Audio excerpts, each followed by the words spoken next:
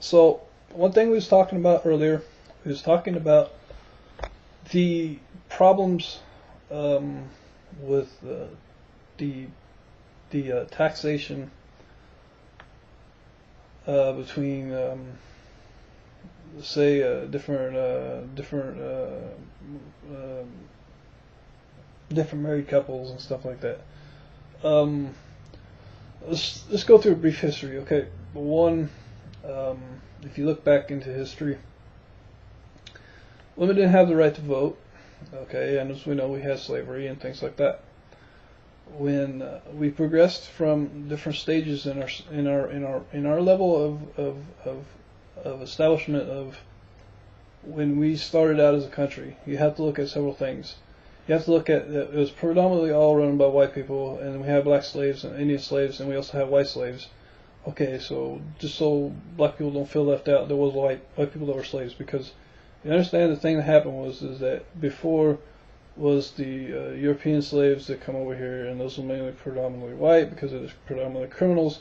So I don't want to hear one thing about how a black person had more rough because of their slavery because of that. Okay, yes, there's understandings of that, but that's a little bit wrong. If I get escape on it, I get escape on it. I don't really care.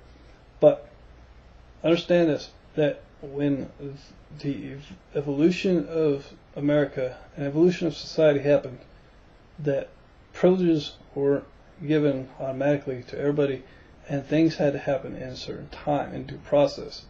Now the thing is, the way it happens with our economy and the way it happens with our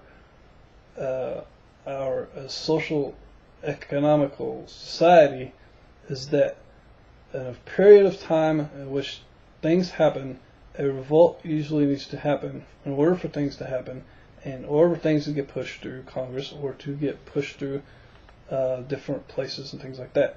The only reason why I brought those things up that I said is because that you have to understand that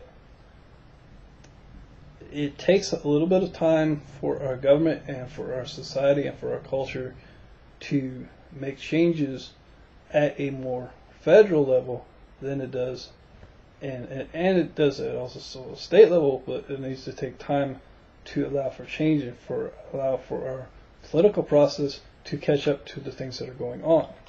Now let's think of it this way. You go back to the period of time in which the slaves were being freed and were allowed to work. Okay?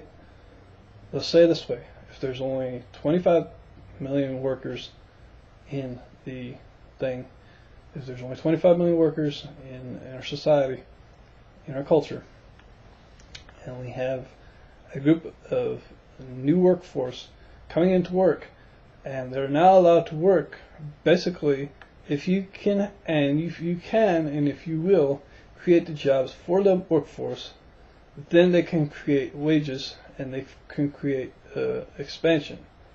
Okay, when this happens, then you got a revolt because you now have an extra workforce that are making money for the federal and different levels, basically. So, you got a regular workforce of 15 million, and then you got 5 million black people working, going into the workforce.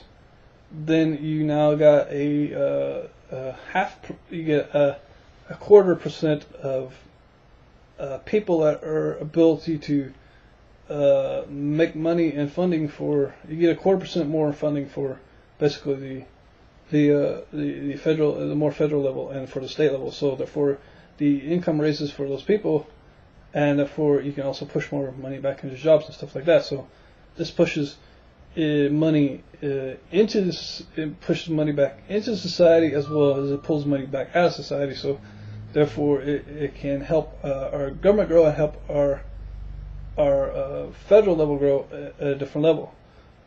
Now, there's certain situations that happened in World War One, World War Two, other wars like that, where the women became the majority of the workforce as well.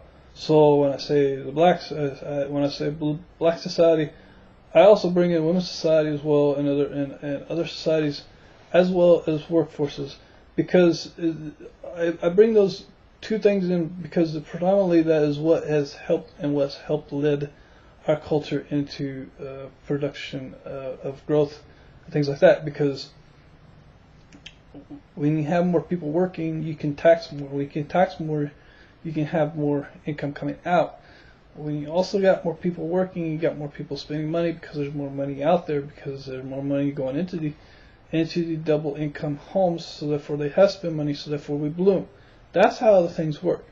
So on leadership level wise, I have to be able to assess and understand those situations and those problems of the things that are happening, so that for when a situation arises, you can better be equipped to and adapt to changing and making efforts to help those different sectors and things like that. One thing I know is that where the community might have problems is that if the government, and what I say the states pretty much have set their laws to be the way they want them. So if you pass at the state level of legislation, those things such as marriage and those things like that, between the same sexes and things like that, you have to question and understand what really is there that needs to be addressed. Can those be addressed at the state level, or do they have to be addressed at the federal level? Because if they can be addressed at the state level, and you can be happy in understanding that you have all your rights met at the state level, the only thing you're requesting federally is basically the exemption from taxes. So if you can withdraw from that, that's the only thing, the privilege that you get is basically the marriage tax. And there are many privileges elsewise besides, if you decide to be married in one state, if another state has to honor it. And that's basically setting up an interstate policy and agreement thing. So there might be maybe a different level of government when you look at besides those different things. And how my ideas of what I would see to change in government might be the next reason why you want to watch this next video clip. I don't know enough for sure.